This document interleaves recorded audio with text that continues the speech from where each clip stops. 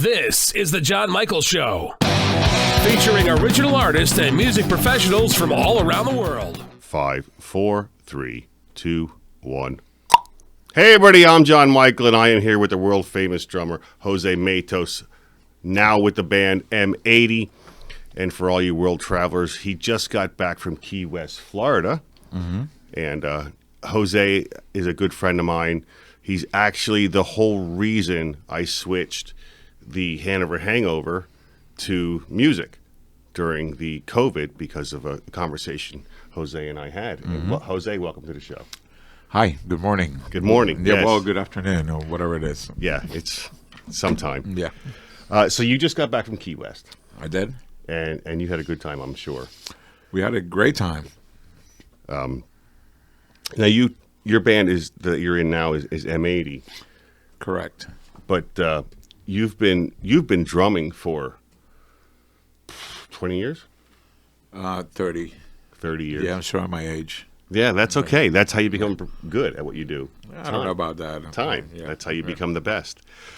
You once told me you've done over 20,000 shows, and before every show, you still get a little bit of butterflies. Yeah, I don't know if the number was 20,000, but it's definitely up there. I want to say in my career, I want to say probably around 5,000 or so. And yeah, I do get the butterflies. I do get the butterflies all the time. And it's funny because, a lot of like new artists are coming up and they say, I get nervous before every show. I say, listen, I still get nervous. Right, right. And it's a good thing to have because it keeps you kind of honest, and grounded. And, right. And once you get through the first, couple songs and whatnot, then the right. butterflies go away, right. and all your preparation comes in through your play. So what part of it are you nervous, or that gives you the butterflies? Is your drum set right? Is this, did you put together, or are you afraid that you're not remembering the song, or? No, if you do your homework and you're prepared, it's not about if you know your parts. It's more so about the impact you can have in the show.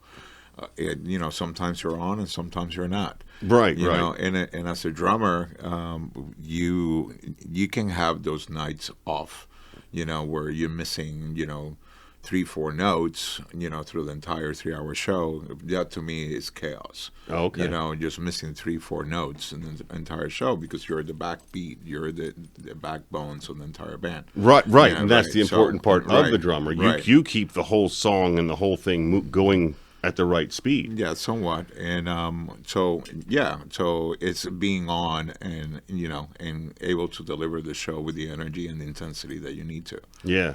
Because again, you're in a cover band, and so it's not like you're all that. You're just doing your part. Well, I wouldn't say you're not all that. The Pocono infield party was all that for sure. Thank you. Thank you. For those who haven't seen the video of the M80 band during the Pocono 500 infield party, you need to go and I'll have a link to it in the show, and where Jose allowed me to be part of the videoing of it, and what a crowd! It was an amazing show. Yeah, It was a really good time. Up. I can't imagine that's your everyday. Mm-hmm. Like wow. Yeah, thanks. Yeah. Yeah. Some you get satisfaction when you're playing in front of thousands of people, obviously. But I myself here too, I can get some satisfaction.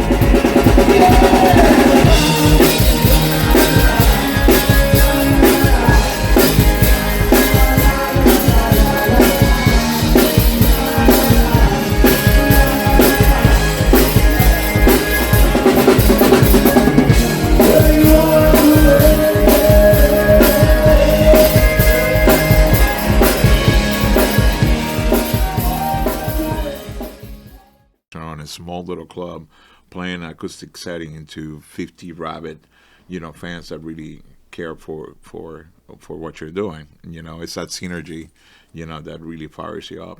Right. So now, do you prefer just once in a while just having a small gig, not such a big crowd where you're you can be a little more relaxed? Sure. Yeah. It's more of a personal, again, interaction with your audience, right, and in your fellow musicians. Yeah. So that's cool too. Yeah. Yeah. Once in a while, it's okay. You can lay back, sip on some bourbon, right, smoke right. a bud, and chill, and deliver the music a little bit different in different setting. Right. Right. So where is M80 going next? Well, I believe as it is right now, we finished last year with around 120 shows, I want to say. Right. Through the entire calendar year. Right now, I think we're booked at like 65 or so shows already in the calendar, and we're still booking. So if you haven't, see us up on. You want to book us, let us know. You can hit me up on Facebook, etc., or Brian Harmony, who's our band director. He's also on Facebook. But where are we going? We're revamping a lot of the music. There's new medleys are being put together right now. We have some surprises. I don't want to let the cat out of the bag, but we have some really cool stuff that we're actually rehearsing right now for this year, for 2023, incorporating into the show. I mean, again, we're an 80s band. Somewhat people call it a tribute band. I don't think we are a tribute band. We just play 80s music. Right. And that's our niche. So what is different about trying to deliver the same anthems that everybody has, into a lineup? We try to make it our own. We try to arrange them a little bit different, perhaps at different tempos with different beats and different arrangements. So that's what we're trying to do. At the same time, there's some other songs that you just can bastardize them. You just got to play them in the way they are because they're phenomenal songs. So we try to stick to that. But we're trying to bring something new to some of those tunes that we're putting together. So definitely look for other medleys and some other songs in a mashup. So right. That's all I'm going to say. Well, that's great. Yeah. That's great. Yeah. All right, enough about M80. Mm-hmm. Now we got their plugs in. Sure. But you started drumming at an early age, and you told me stories about your beginning drumming. Did you want to go back on those? And I think they're interesting. Well, it's just, I guess I was a 12, 13-year-old kid at the time. I always liked drumming because at the age of 3, I think my mom went to a Christmas party and she took me along, and they had a band there, and I gravitated to the drums immediately. And the drummer picked me up and put me on his lap, and he started to drum while I was sitting on his lap. That itself was really, really cool. And immediately, obviously, I went home. I asked my mom for a drum set. She got me a Mickey Mouse set, and it lasted like 2 weeks.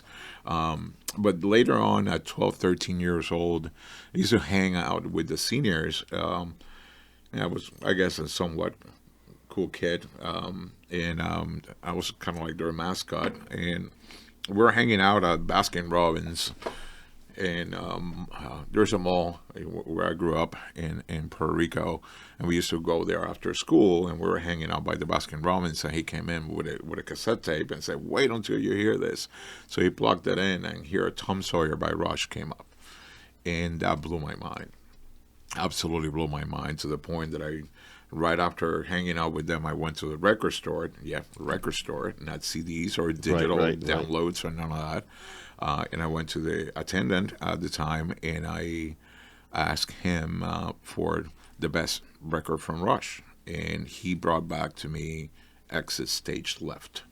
And it's a live album with 2 records with absolutely everything they have done that is amazing. And I took it home and put it on the record player and put my headphones on, and I grabbed 2 poles out of a tent. And I started beating up on a sofa listening to Rush. Needless to say, I didn't know enough that Neil Peart is the professor. He is perhaps sought after one of the top 3 best players of all times. And so I started playing like that. And 6 months down the line, I was wearing the couch up. And my mom started to ask what's going on with our couch. And, and my sister lied to her and said, well, there's nobody using that. And one of the days, my mom came early from work. And I had a cigarette hanging out of my mouth that I stole from her purse. And I had my headphones, and she walked in, and she slapped me across the face. My cigarette blew out of my mouth. I started crying immediately. And she sent me to my room, and I was crying. And what is funny is that, shortly after that,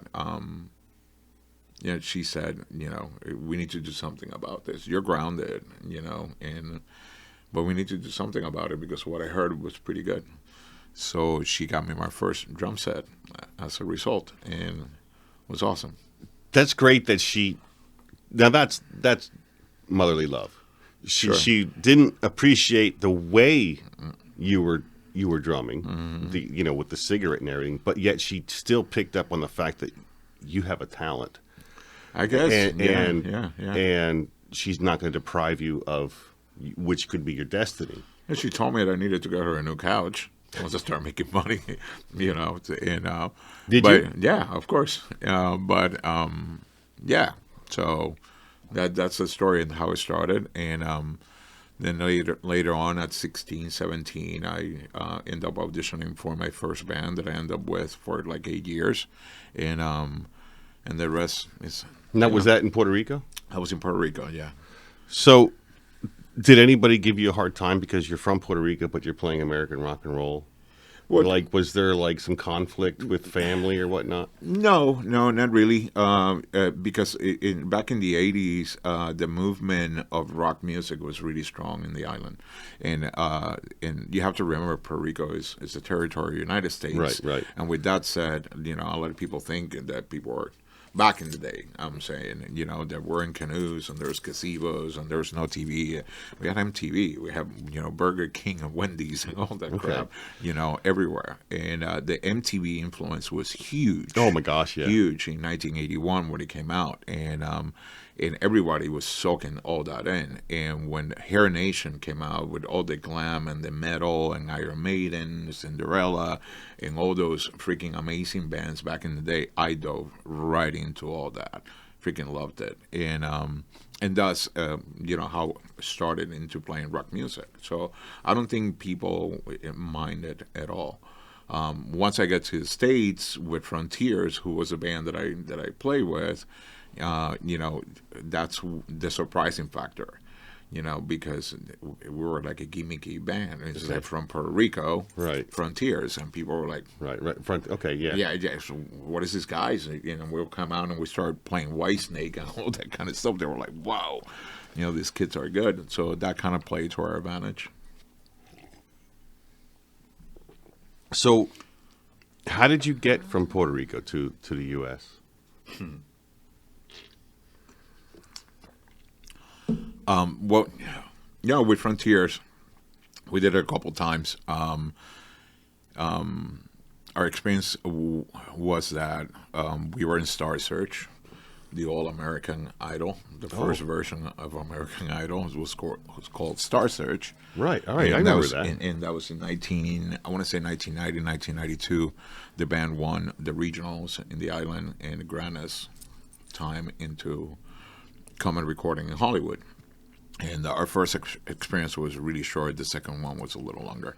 But I ended up here in 1994 when I had not an incident, I want to say.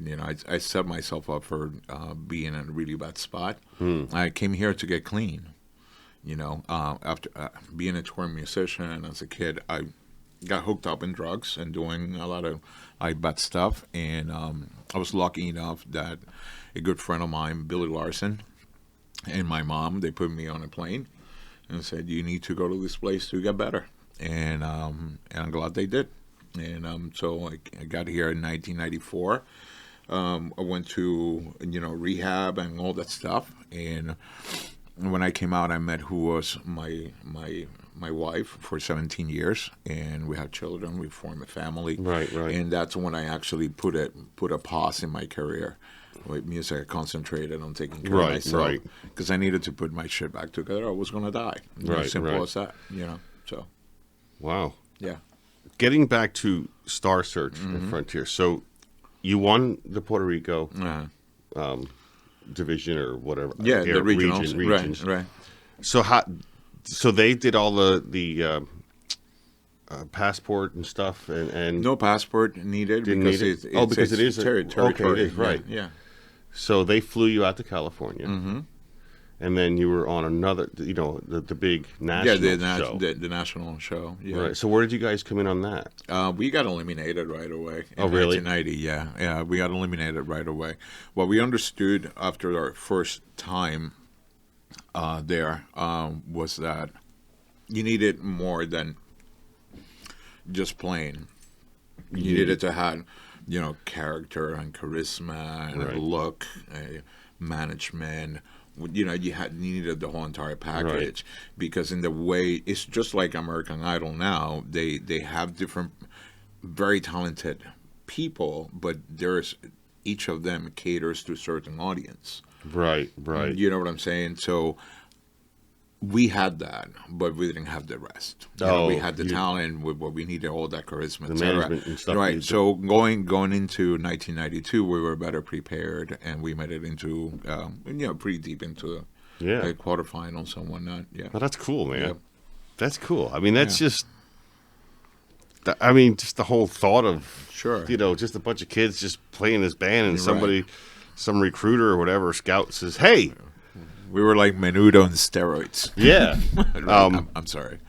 Hey, how about you come over to California? Yeah. We're going to put you on a national TV show. And yeah, what's awesome, man, that catapulted me personally to I mean, that had to be a huge boost to your confidence level. In regional, Puerto Rico-wise, we were covered by every single local magazine, every single newspaper, the news and whatnot, TV. Wow.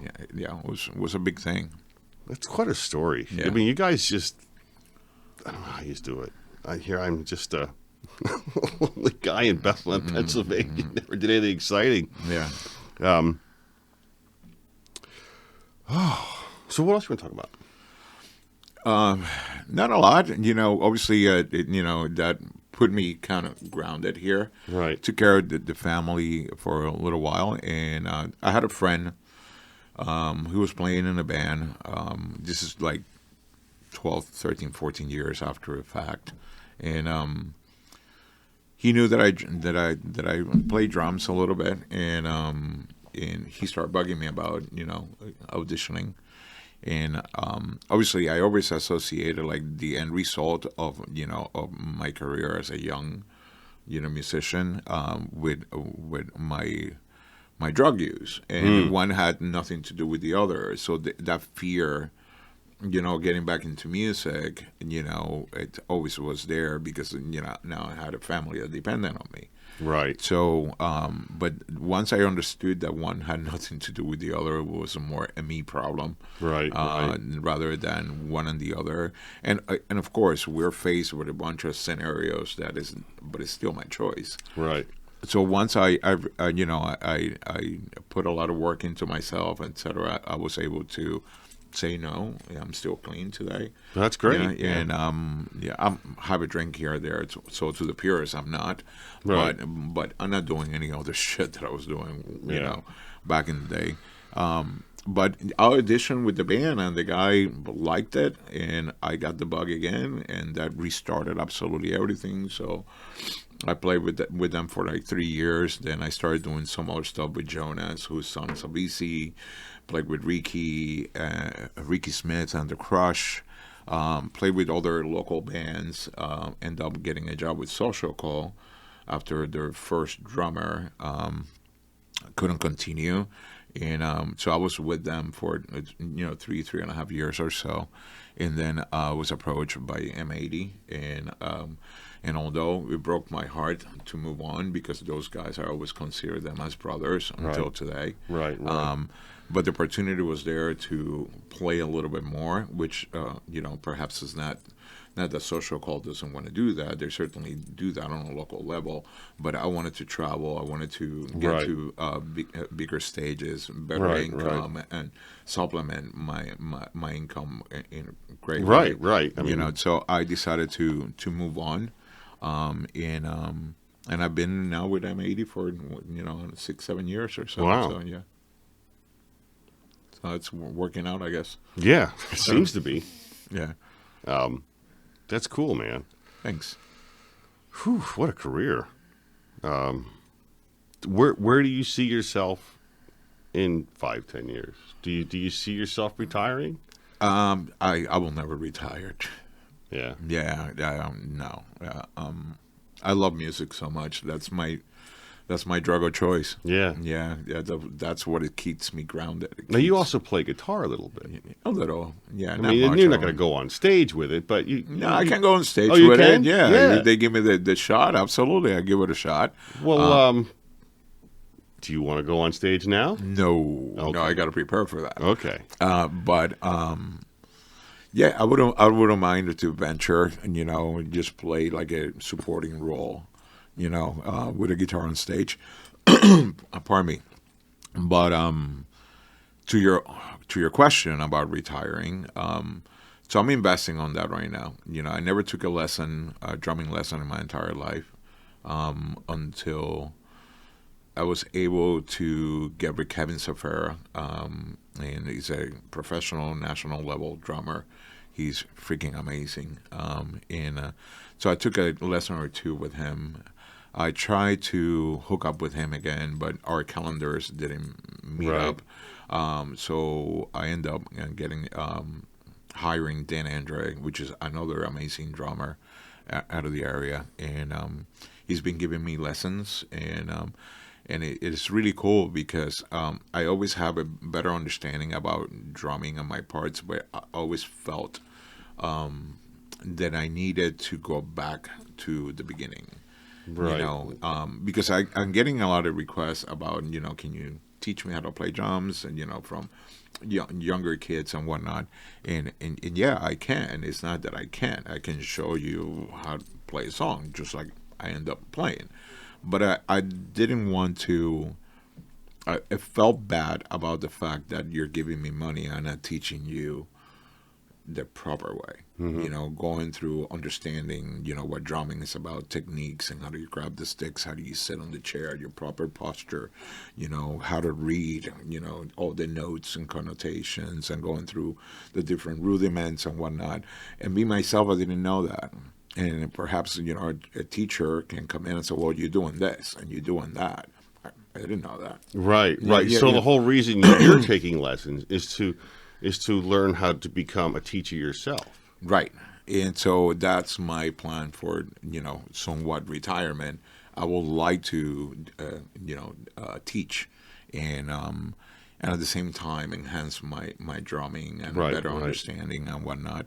And it's really cool. It's really very humbling experience. And Dan is freaking awesome, because he's not pulling any punches, and he comes from a long history. He's I don't know if his heritage, but the lineage of drumming, comes from Buddy Rich and whatnot. So the guy is like really, really, really awesome. Yeah, so he had generations of teachings to him. Yeah, I don't know it by heart, so I don't want to talk about it. But once I have that information a little bit more back down, that's something that I can share with you guys. So you can look him up. Dan Andre, he's a man. Yeah, absolutely. Wow. Yeah. So that's where I'm going. And once I can do it into the kind of like the East Coast with the traveling, as I get older, I'll be playing the local bar again and teaching. So that's where I'm going with it. That's cool, man. Yeah. Thank you. I mean, it's what I think is nice about it is like you're willing to pass your knowledge on. A lot of people are they want to keep their information to themselves, and they want to be the man with all the info. But you want to pass on your knowledge and pass on your skill for the next generation, which is very important. I think so too. Yeah, because somebody did it for me, you know. Right. And so I'm just paying it forward. I didn't invent this, you know. I just got really lucky. Right. I got really lucky to find myself, you know, at the right spot at the right time, you know, where I was able and was given the opportunity to do what I do. I always consider myself an average drummer. That's the bottom line. I just thank you. But honestly, I always sometimes I look back and I say, "Wow, you know what I mean." I've been doing this for 30 years, and getting paid for it. And honestly, there's so many great drummers out there, way better than me, you know, and they're sitting at home, they didn't have that opportunity, you know, and so I don't come from that cutthroat mentality. We're here to help each other. We're here to, you know, pass information, pass a show. I called many times drummers and say, listen, I can do this. Can you pick it up? You know, so I have set up drummers with other bands many times, or other musicians with other opportunities. So that's what it's about, you know, because this is a grind, man. You know, it's not easy, you know, to do what we do, you know. Yeah, you have to always sell your next gig, and you know, people are very judgmental. You're only as good as your last performance. Sure, yeah, absolutely. They don't. They don't remember, like, well, just the show the other before. It was great. He just went, you know, maybe he fell off the stage coming on up, and now his legs swollen, but yet he's still here playing. Yeah, many opportunities where they present themselves. Like my drummer got sick, or you know, had a situation, you know, and they call me up with like 2 days and say, here's like 40, 50 songs, study them and see you on Friday, and you have to go there and perform and nail the show, you know. So it takes a lot of dedication and whatnot, and goes back to what my grandfather said. It's like, you couldn't pick up another instrument. It's like, it has to be drums. So you understand that drumming is one of the hardest things to do, not to take away from any, and I'm not talking about talent-wise. I'm talking like, you just can make mistakes. You can, you know. Every single mistake you make is so noticeable.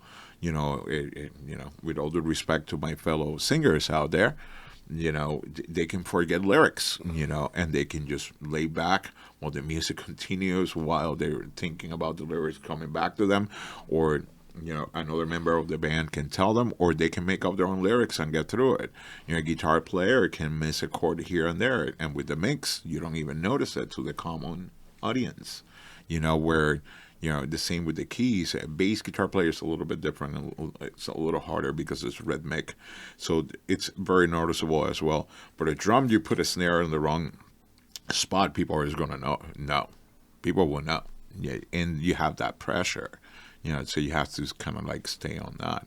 We're going back to opportunities and fellow drummers. Yeah, I always consider myself average. Very lucky to surround myself with great personnel, you know, and great musicians, and they're giving me opportunity to, you know, to get to where I'm at. Wow, yeah. Jose Matos. Thank you, man. Here in the studio with John Michael. Yeah. That's cool. Awesome. All right, buddy. For the John Michael Show, I am John Michael, and this is the world famous Jose Matos, I guess. Awesome. Thank you so much, guys. And we'll see you guys later. Thank you. Stay safe and blessed. I don't know what it is about NASCAR, but they always seem to have the most beautiful women. Don't they? I mean, it's crazy. Maybe, if I took my little Dodge van and I put stripes and a number on it, I would attract beautiful women. That's my problem. I don't have racing stripes. I'm going to work on racing stripes.